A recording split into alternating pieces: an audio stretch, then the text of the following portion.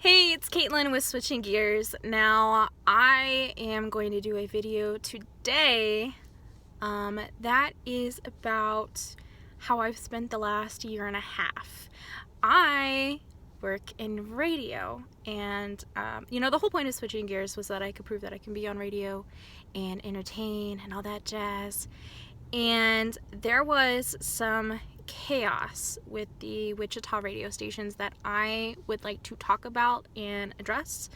I feel like I do need to put a disclaimer here, though, because everything that I'm talking about is something that is either one, been said already publicly, or two, something that is from the press and the media. But it is a lot easier to actually hear about it and get like a, not necessarily a personal take on it, but just have it explained in a more concise way than all of these different media articles. That being said, like, my views do not reflect Allied Media, and yeah, so let's just start. So I started working for Rocking M Media. Now, they owned 4 stations in Wichita.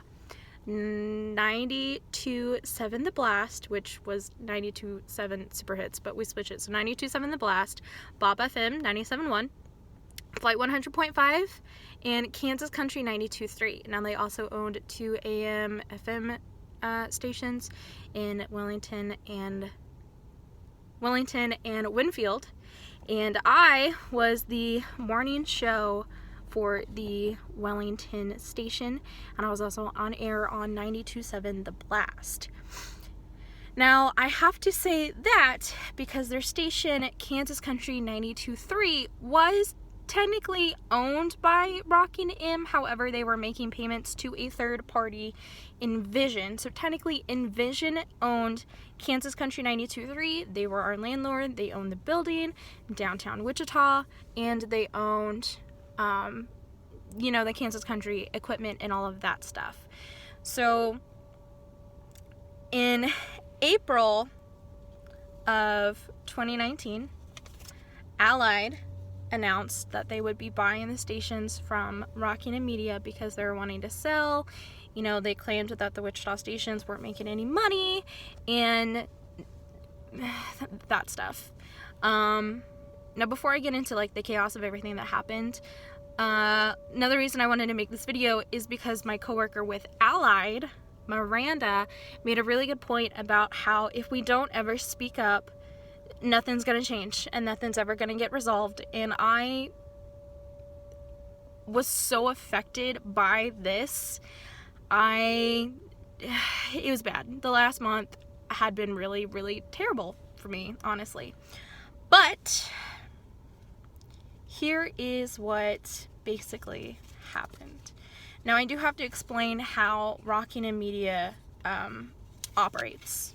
So they are a family-owned company. They have the 2 major stations. Like, I have notes about like what happened because I don't want to say anything that wasn't like already in the media.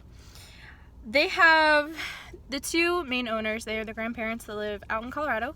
They had 2 sons. Well, they have 2 sons. They have 2 sons. One dealt with stuff down in western Kansas, and one was the president of Rocking M Media. Now, the son who was the president of Rocking M Media also had another son who was in charge of like social media and that kind of stuff. And we're just gonna ignore that. And so they are a family-owned company. So we have the stations. April of 2019, like I said, Allied set out to purchase the stations from Rocking M Media. They entered into an LMA. Now, a lot of this stuff I understand, a lot of it I don't, so bear with me.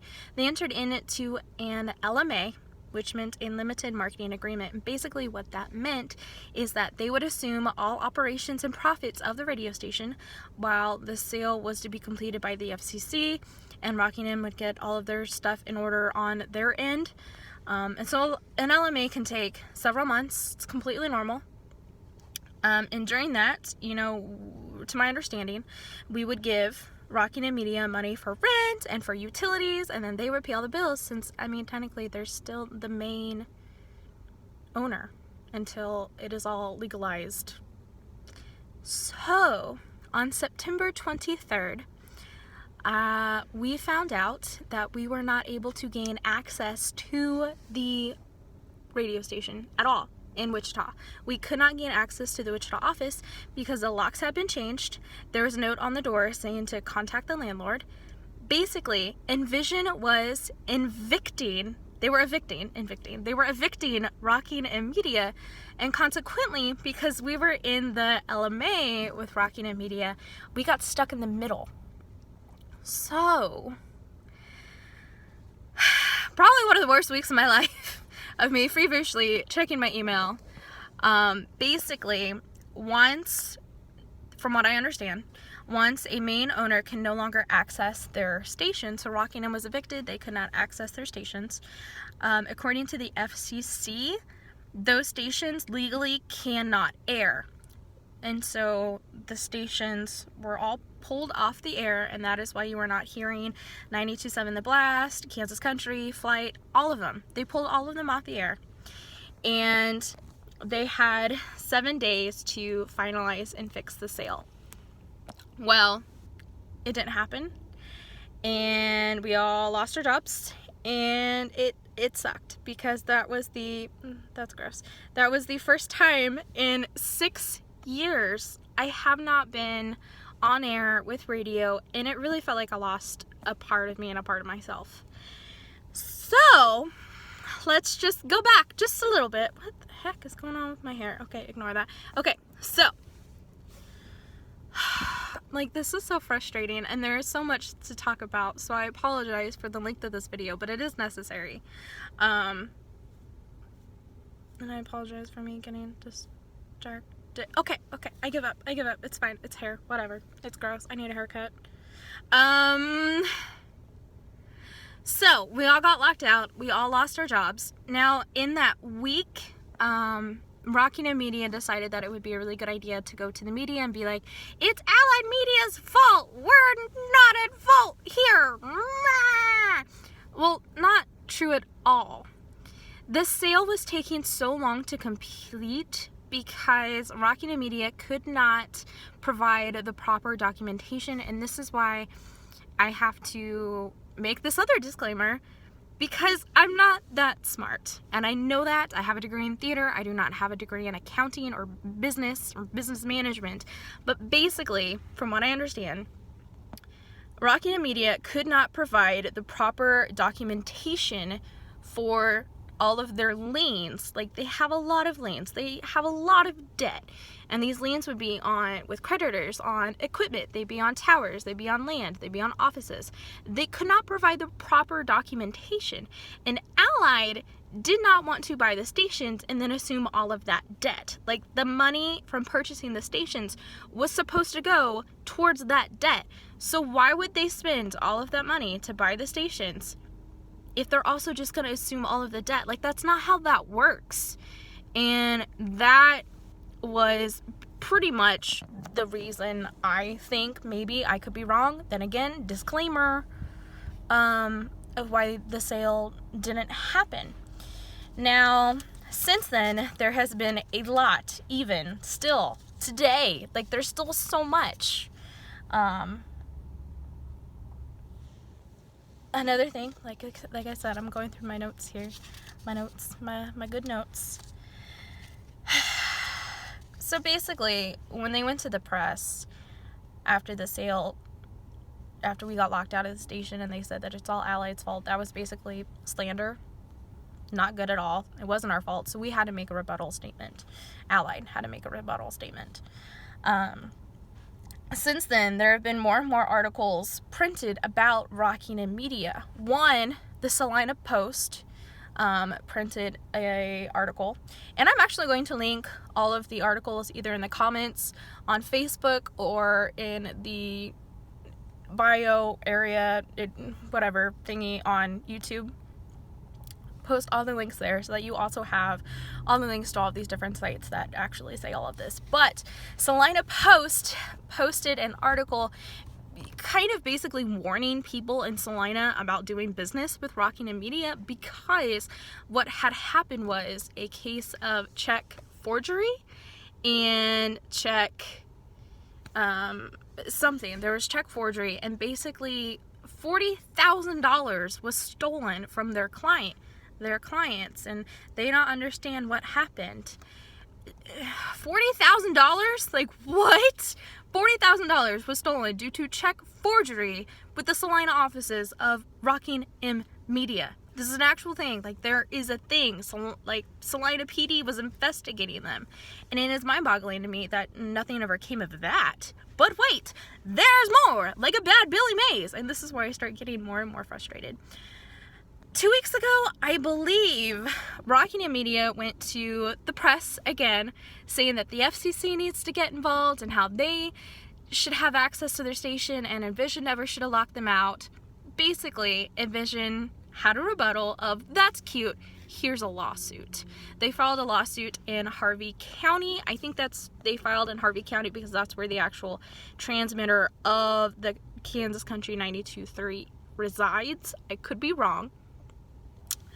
And then about a week ago, Envision filed a second lawsuit against Rockingham Media.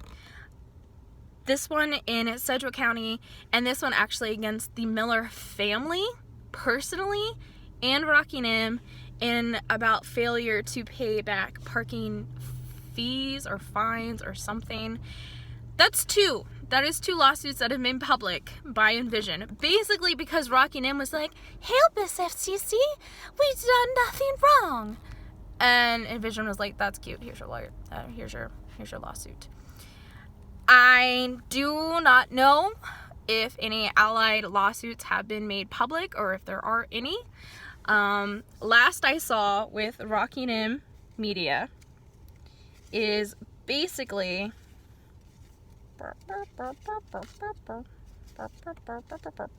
Okay, so basically what happened this past week with Rockingham Media is that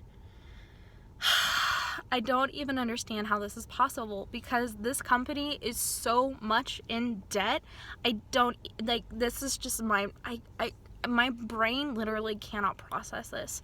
The Miller family with Rockingham Media sold half of the Salina stations for over $1 billion to their son, who is the CEO, who, by the way, this is even in another article, the two grandparents of Rockingham Media fired their son, and consequently his son, their grandson, by email. Something happened, and now they're selling half of their stations in Salina to this son for over $1 billion. How? With what money? I don't even understand. And this is how I say, I have a degree in theater. I do not have a degree in business. I'm not the brightest bulb in the box, but someone please tell me how that is possible, because I don't understand. And again, there's even more drama that I know of. And I have to say, this is not in an article. It was posted by my friend, my previous coworker, Miranda, who I mentioned earlier about how if you never speak up, nothing's ever going to change. And she talked and mentioned about how Rockingham was committing theft and fraud.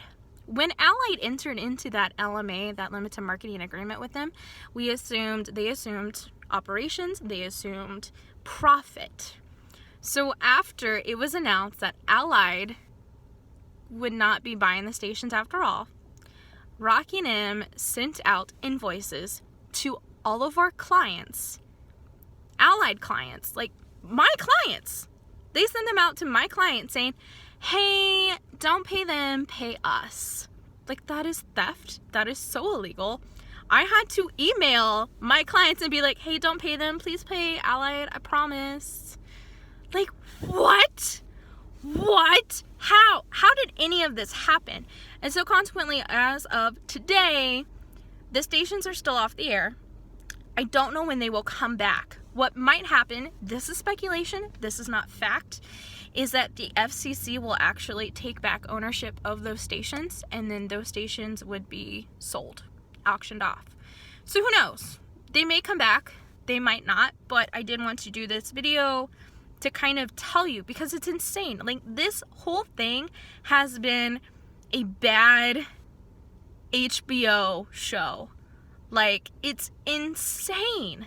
And this video is 15 minutes long of me just telling you what happened with those stations. Basically, Allied went to buy them. Rockingham said, and chaos happened, and all of us lost our jobs. And it was terrible. And I'm so mad that this even happened, because it's just such an unfortunate and shitty situation, to be honest. And honestly, I want Rockingham to be held accountable for all of this shady shit that they are doing. Just, ugh. So, yep, that's it. I wanted to do this. Yeah. Next week, I'm going to be crafting in my underwear. So that's a thing. Hope you're ready. It's Christmas time. So yeah, if you have any questions, feel free to ask.